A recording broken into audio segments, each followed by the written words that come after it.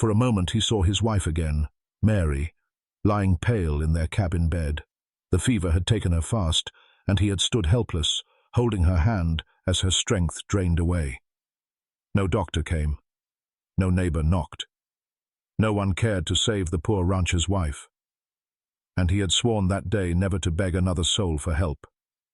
Now, here were two souls no one had come for.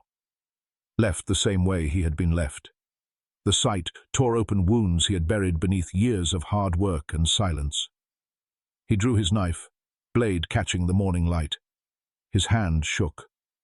The thought struck him hard. If he freed them, men would come for him. No rancher in these parts was safe harboring Apache blood. He could lose his cattle, his land, even his life. But if he turned away, he would live with the image of those eyes, watching him retreat, pleading without words. He would carry it like a stone inside his chest. He knew it would grind him down until there was nothing left of him but bitterness. The younger woman shifted again, trying weakly to lift herself. She failed and fell back into the mud, her breath shallow. The older one turned her face slightly, eyes opening just enough to meet his. There was no plea in them, only the resigned look of someone who had already accepted death. Aaron closed his eyes, memories pressing harder. The war years came back in flashes. Comrades left bleeding on the field because no one dared risk a step into gunfire. He had walked away once, and those faces had followed him every night since. Could he add two more to that graveyard in his head? The answer rose before he could resist it. No, not again. He bent down, blade sliding against the rope, one strand at a time snapping loose. The women flinched, but did not resist. The knots gave way, falling into the mud like broken chains. He cut their wrists, then their ankles, moving slow so as not to startle them. Wha! And the last rope dropped. He let the knife fall too, sinking into the soil beside them. He whispered, almost ashamed of his own voice, "You'll come with me, safe, as long as I breathe." The women did not answer, but the air felt different, not lighter, not free, but filled with something that had not been there before, a promise, spoken into the silence. Aaron knew the cost would come soon, but he had chosen, and once chosen, there was no turning back. The cabin's fire crackled faintly as Aaron laid the women inside, wrapping them in old wool blankets. Their breathing was uneven, but at least steady now. He poured water into a tin cup and set it by their side. Neither reached for it. Their eyes followed him with a mistrust that cut deep, but he understood. Trust never came quick, not after being treated like prey. The silence was broken by the distant thud of hooves. Aaron stiffened. He stepped outside, heart thudding in rhythm with the sound. The horizon was empty for now, but dust carried on the wind told him what he needed to know. Riders were out there. Riders, looking for something, or someone. He returned inside, voice low. Men will come. His words were not for comfort, but for truth. The sisters exchanged a glance, something passing silently between them. The older one finally whispered, voice raw, "They left us as warning." Aaron froze. Warning? Her eyes lowered. "We defied the chief."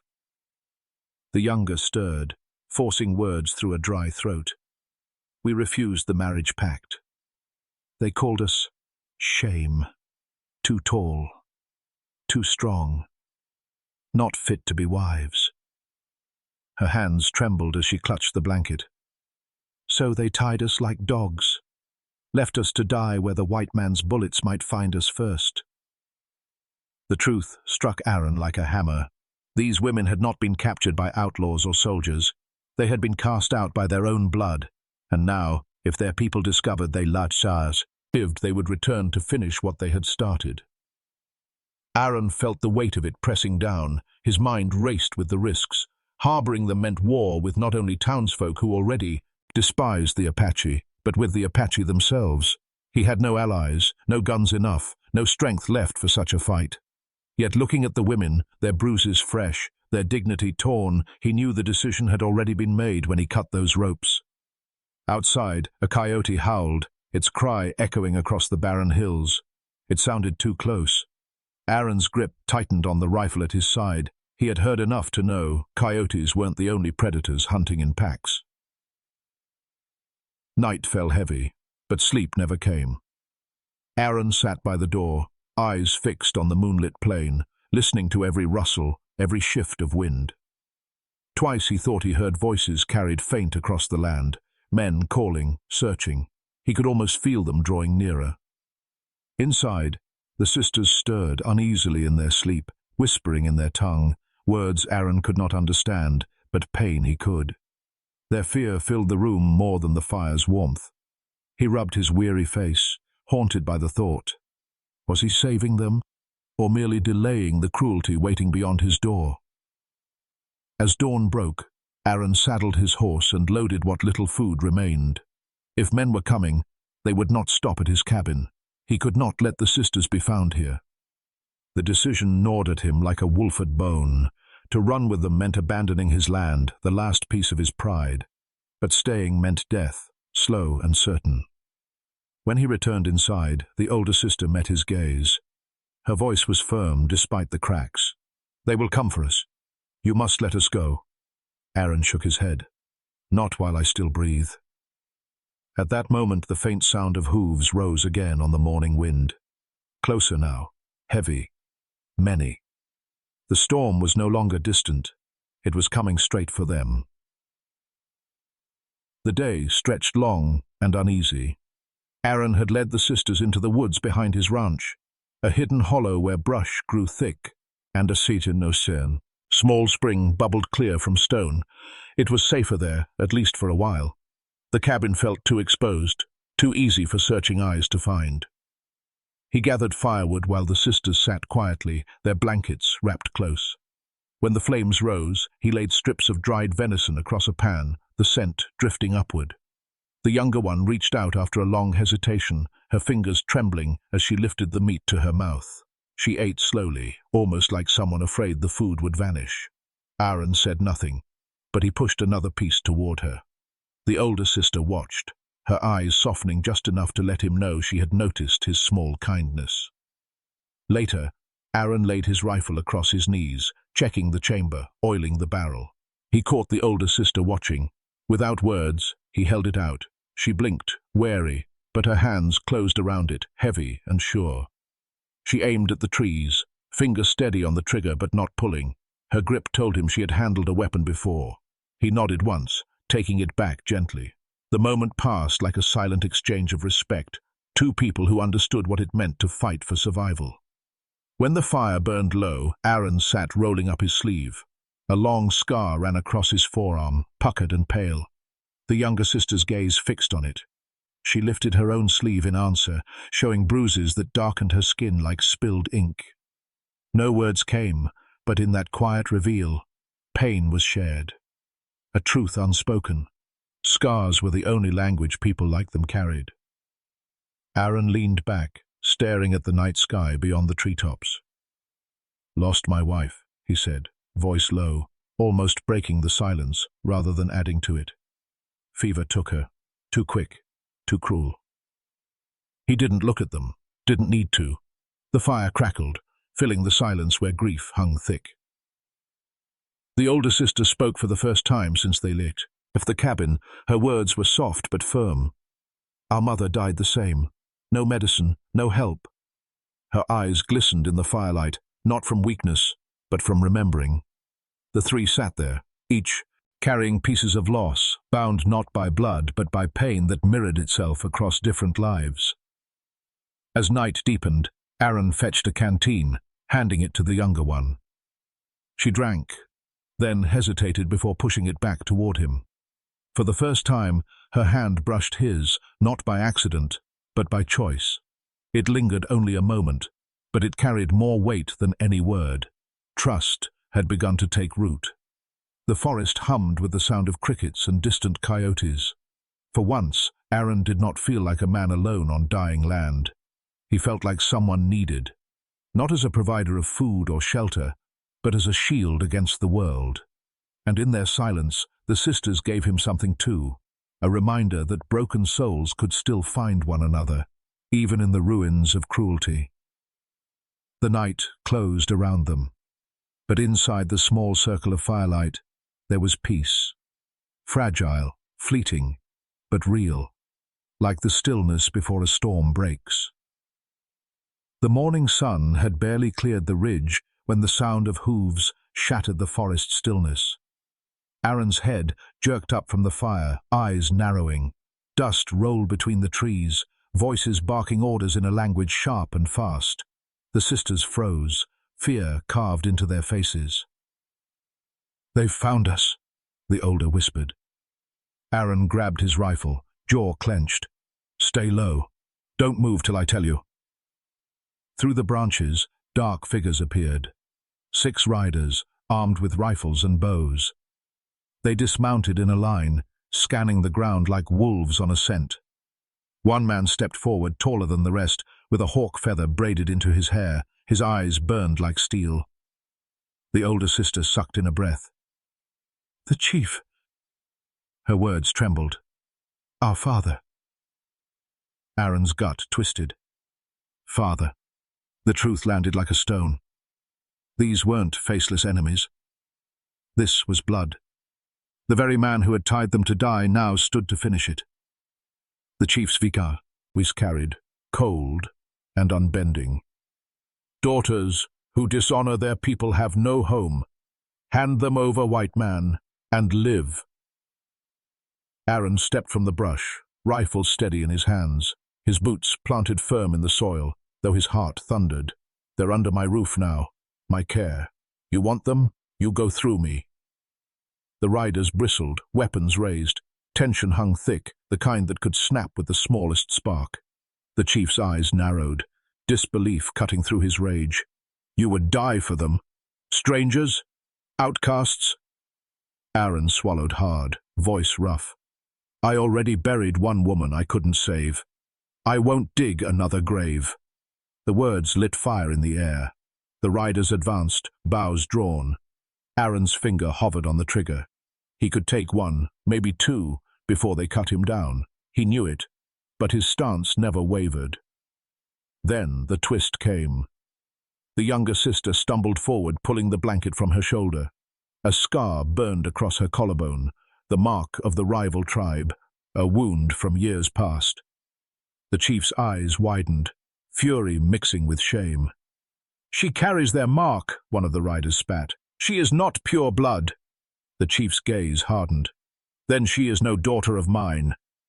The revelation split the ground beneath them. The sisters' own father had not only condemned them, he now stripped away their very identity. The older cried out, voice cracking with betrayal. The younger fell silent, her eyes breaking into tears she had held back too long. Aaron's grip tightened. He stepped closer to them, body shielding theirs. Blood or not, they're mine to protect now. The chief raised his hand, ready to strike the signal. In that instant, Aaron fired. The shot ripped the air, striking the dirt inches from the chief's boot. The men flinched, bows jerking. "I won't kill you," Aaron growled, "but take another step, and I'll die making sure you don't take them." The standstill stretched, silence louder than any gunfire. The chief's face twisted, rage warring with something else. Perhaps the shame of being challenged, perhaps the truth that killing his daughters would stain his honor forever. At last, he spat into the dirt. "Then keep your burden, rancher. But when death finds you, remember, it was by your own hand." He turned, mounting his horse. The others followed, their hooves fading into the horizon. Aaron's rifle lowered, his breath ragged. His hands shook, but he never let the sisters see. He had stood against death itself, and chosen them. For now, they were safe. But the cost of that choice hung heavy in the smoke-filled air. The forest was still again, though the air still carried the echo of hooves fading over the ridge. Smoke curled from the dying fire, rising into a sky that felt too wide, too empty. Aaron stood motionless, rifle lowered, as if waiting for the riders to return. His chest heaved with each breath, but no sound left his lips. Behind him, the sisters remained close to the fire, blankets drawn tight around their shoulders. The younger one stared at the ground, eyes red but dry, her body trembling in a silence that said more than any cry could. The older sat upright, hands gripping her knees, her face set in stone. But her gaze flicked toward Aaron just for a moment. Gratitude mixed with sorrow. Aaron turned back to them, his voice rough, little more than gravel. "It's over. For now." No one answered. He sank onto a log, laying the rifle across his lap. His hands shook so badly he had to clench them together. He thought of the shot he had fired, inches from the chief's boot. A warning. A promise. He could still feel the tension in his finger, the weight of knowing one breath later he might have pulled it higher. One heartbeat, and everything could have ended in blood. The silence pressed heavy. Only the crackle of fire and the whisper of wind through the trees filled it. Aaron reached for the canteen, drinking deep, then setting it between the sisters without a word. The younger lifted it, sipping carefully, then passing it to her sister. The simple act of sharing felt like a fragile thread, holding them all together. When the sun began to dip, Aaron rose. "We can't stay here."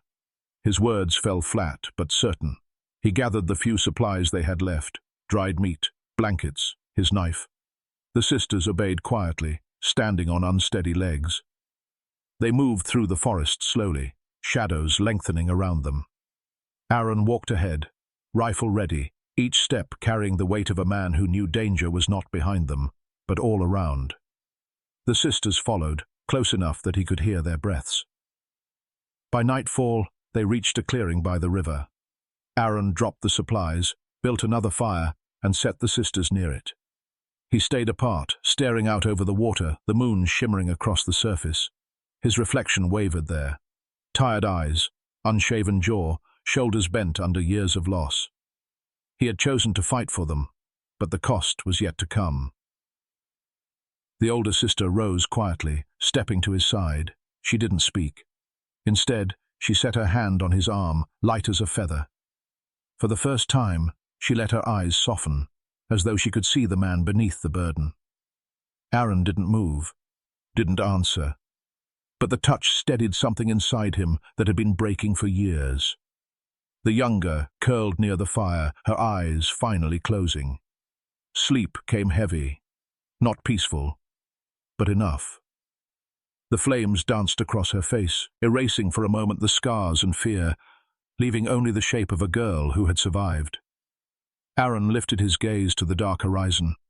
The riders were gone, but he knew they had not vanished from the world. They would return, or others would take their place. Still, in that moment, surrounded by silence, he felt a strange calm. The choice had been made. The fight endured. For tonight, they were alive. And in the hollow of the night, that was enough. Weeks passed like slow-moving clouds. The world did not forget danger, but it softened its edge, letting them breathe between shadows. Aaron led the sisters deeper into Poor Rancher, saved 2 giant Apache sisters. Next day their chief came with a shocking decision. The morning broke over the plains in silence. A thin mist clung to the dry earth, veiling the low hills in a pale gray that shifted as the wind carried it away. The rancher's boots pressed into the damp soil, each step leaving a mark that looked heavier than it should, as though the weight on his back was not only the years, but something deeper. His land stretched far, yet it felt empty. Cattle fewer than before, fences broken, debts rising. He walked the edge of his ranch each dawn, not to count cattle, but to remind himself he still owned a piece of earth no one had taken yet. He paused by the lone oak tree near the creek. Its branches stretched wide but leafless, like arms forever waiting. The water ran thin, whispering over stones, reflecting the tired face of a man who had fought too long against drought, hunger, and loneliness. His name was Aaron, though most folks in town called him the Poor Rancher. He never corrected them. Poverty, after all, was the one truth he carried plain. That morning, something was different. His horse snorted, ears pricking at the sound of rustling reeds by the creek. Aaron stiffened. He rested a hand on the worn rifle slung over his shoulder, though in truth, he rarely fired it. Quietly he moved closer, boots crunching gravel. Then he saw them. Two figures lay near the bank, tangled in mud and rope. Their bodies were larger than most women he had ever seen, tall, broad-shouldered, with limbs bound tight. Dark hair matted with dirt fell across their faces. Their clothes were torn, not from wear, but from violence. One of them stirred, a faint groan slipping through cracked lips. The other lay still, her chest rising shallow, breath like a whisper fighting to stay alive. Aaron froze. His breath caught in his throat as the image sank into Pochin. Two young Apache women, abandoned, tied like animals left to die. Their wrists were bruised, skin raw where the rope bit deep. He glanced around quickly, scanning the horizon, but the land was empty. Whoever had done this was gone, leaving their cruelty behind like tracks in soft earth. The rancher knelt, mud soaking his knees. He touched the shoulder of the nearest woman. She flinched, her eyes fluttering open, dark eyes filled with terror, as if expecting another blow. Aaron's voice was low, almost a whisper, steady but unsure. "You're safe. I ain't here to hurt you." The words felt small against the enormity of what he had found. The sisters did not answer. They could not. Silence hung heavier than words, broken only by the rustle of wind through grass. For a moment Aaron saw not strangers, but pieces of his own past. Memories of his late wife, who had died with no one to help. Memories of himself alone in the cabin with nothing but regret. Pain recognized pain. The morning sun lifted the mist, and in that light, he knew nothing on his ranch would remain the same. Aaron sat back on his heels, staring at the two women. Their silence was not emptiness. It was filled with fear, the kind that clings to a person long after the blows have stopped. One stirred again, groaning softly, but neither spoke. Their throats were dry, lips cracked, eyes hollow. Hunger and exhaustion had carved their faces into something older than their years. The rancher's hands hovered above the ropes that bound them.